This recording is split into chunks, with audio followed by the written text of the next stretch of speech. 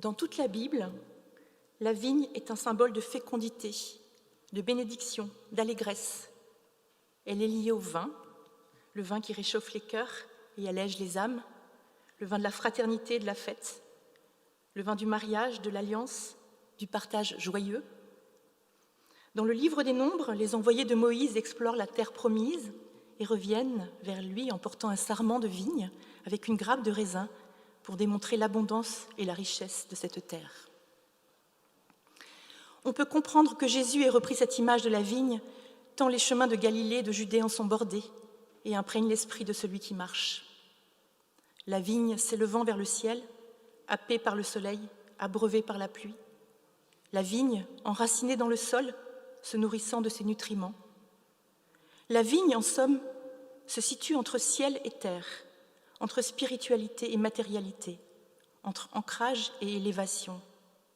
Elle évolue au rythme des saisons, elle est installée dans le paysage et semble solide et éternelle. Et pourtant, nous savons comme elle est fragile, sensible au climat et aux soins du vigneron, produisant certaines années du vin merveilleux et d'autres de la piquette, dans l'inattendu du temps, renouvelant ses fruits et les surprises de ses bienfaits.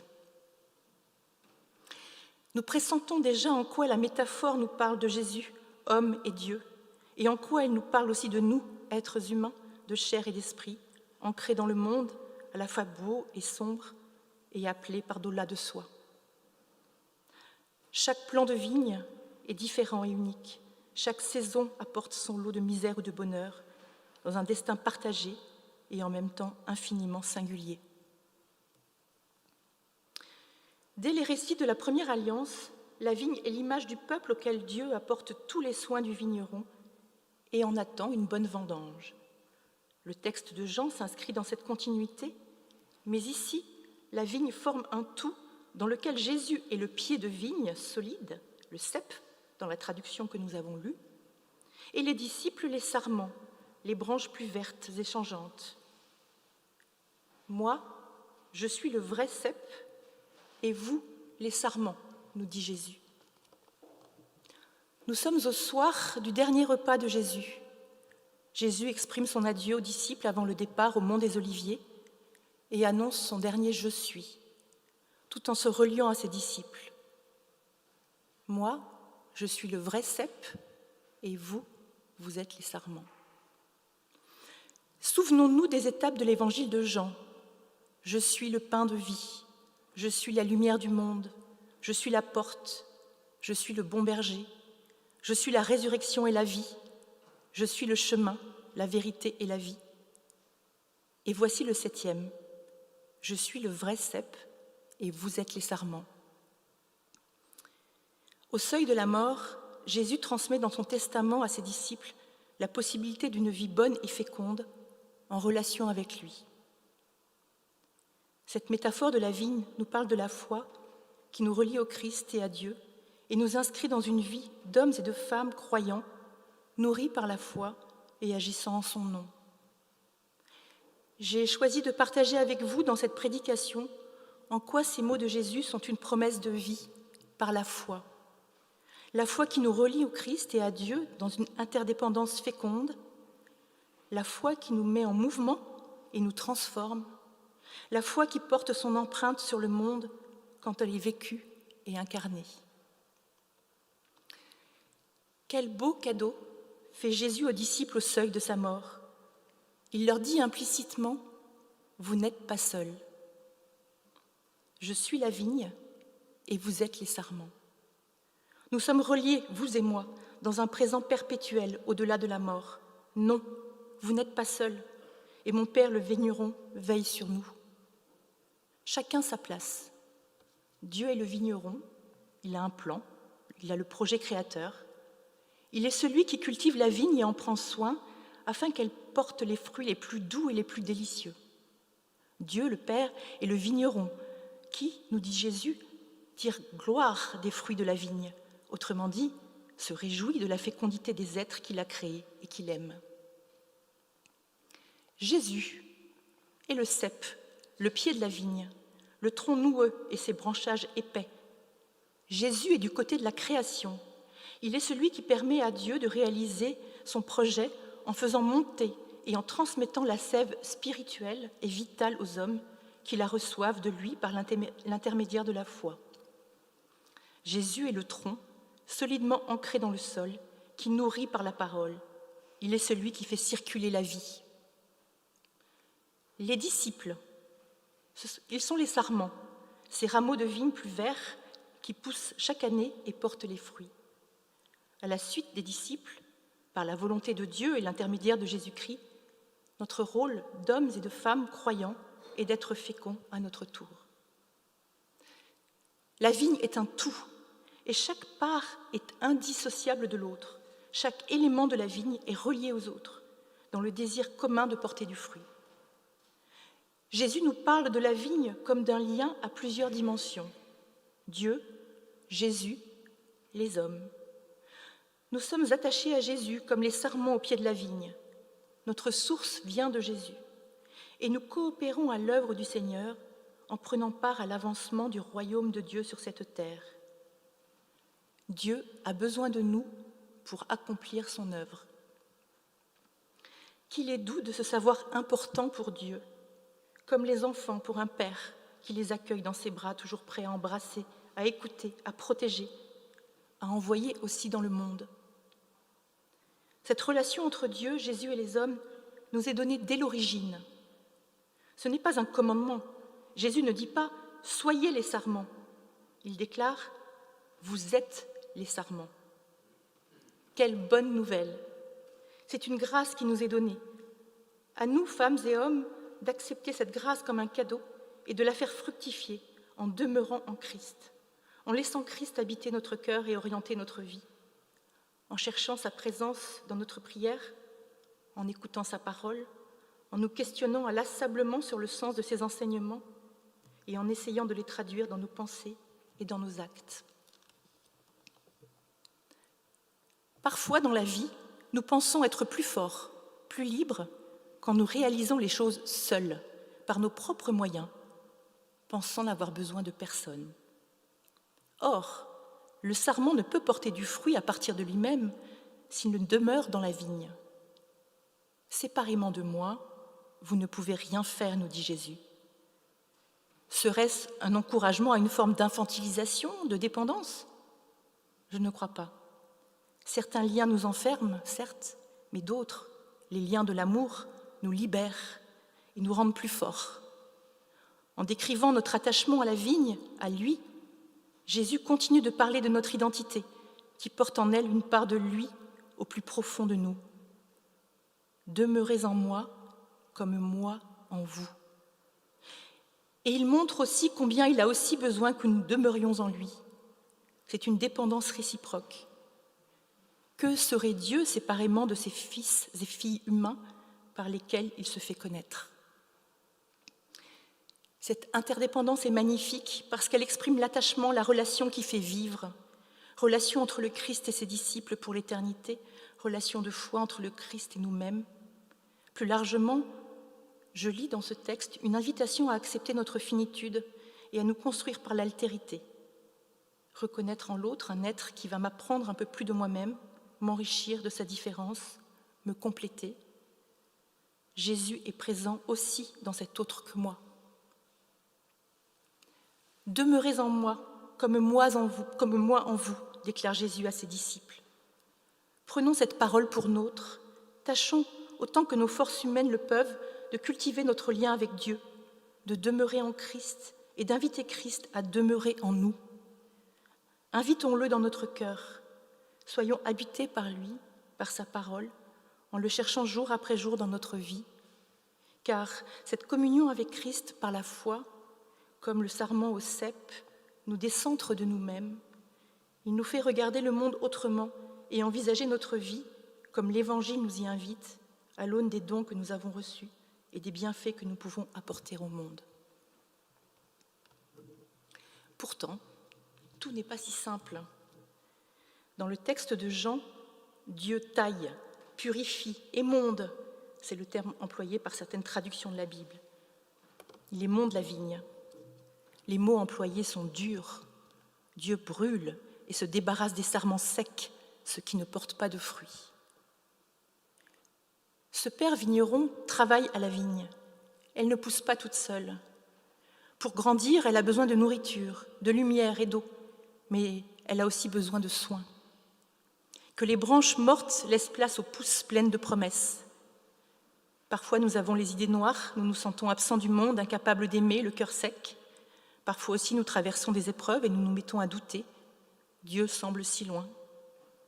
Et si ce lien à Dieu me transformait profondément, en m'aidant à discerner en moi les branches qui sont mes obstacles intérieurs, et si ce travail de taille nous libérait de nos entraves, nous transformait pour nous faire accéder à autre chose de plus beau, de plus nourrissant pour notre vie.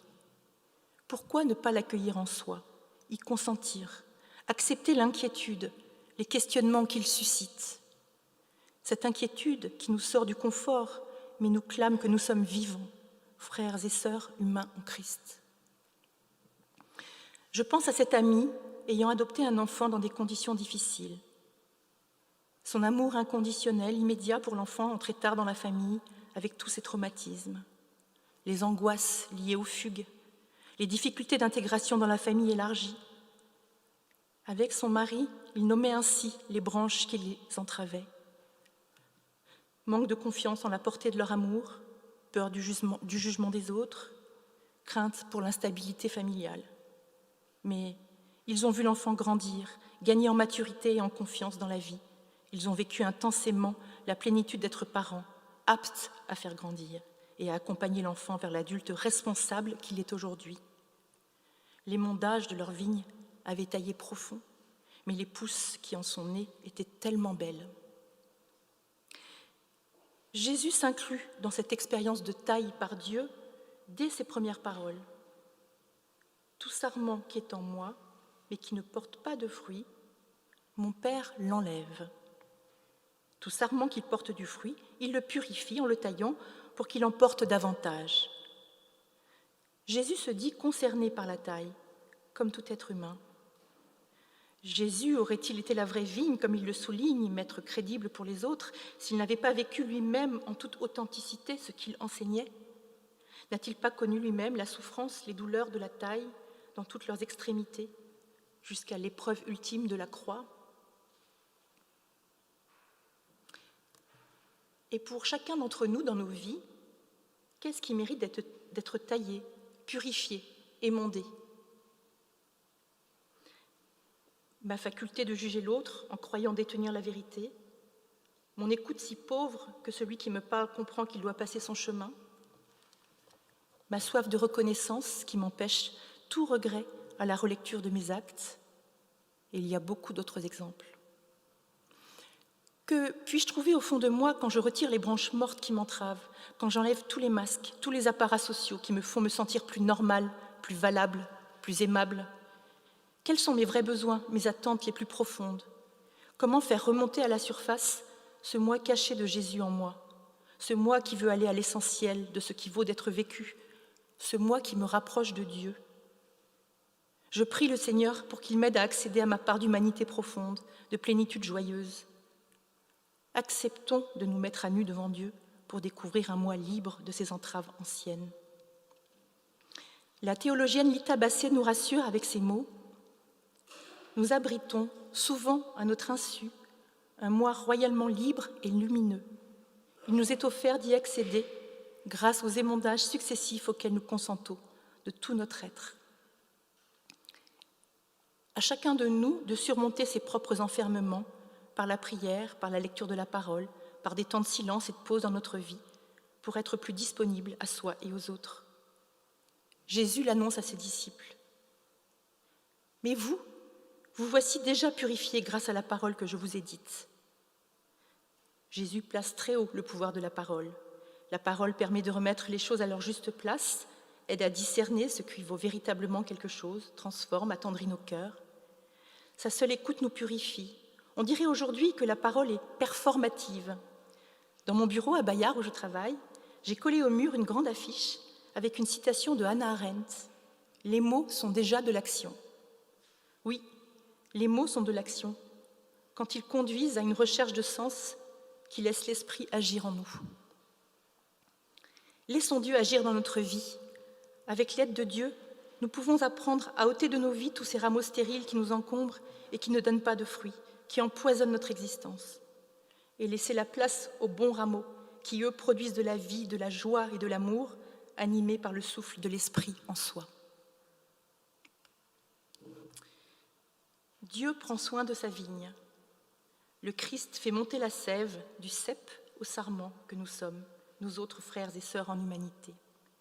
Ce mouvement de vie et d'amour infuse en nous, nourrit nos vies intérieures et nous portons les fruits à notre tour. Ce don que nous recevons du Christ, comment peut-il rejaillir sur le monde ? Dans ce texte, Jésus exprime notre responsabilité de chrétiens. Ce qui fait la gloire de mon Père, c'est que vous portiez beaucoup de fruits et que vous soyez pour moi des disciples. Et c'est cela qui donne sens à notre vie. Ce n'est pas ce que nous possédons ou ce que nous donnent les autres, ce n'est pas ce dont nous profitons ou ce que nous subissons, mais le fait de porter des fruits, de donner parce que nous avons reçu. Porter des fruits. Quels sont les fruits qui rendent féconde notre vie ? Comment la foi peut-elle être vécue pour incarner sur terre les dons reçus de Dieu ? Comment pouvons-nous témoigner de l'Évangile dans notre monde ? La gloire du Père, ce sont les disciples qui vivent les fruits de l'Esprit, ceux décrits dans l'épître de Paul aux Galates au chapitre 5, amour, joie, paix, patience, bonté, bienveillance, foi, douceur, maîtrise de soi.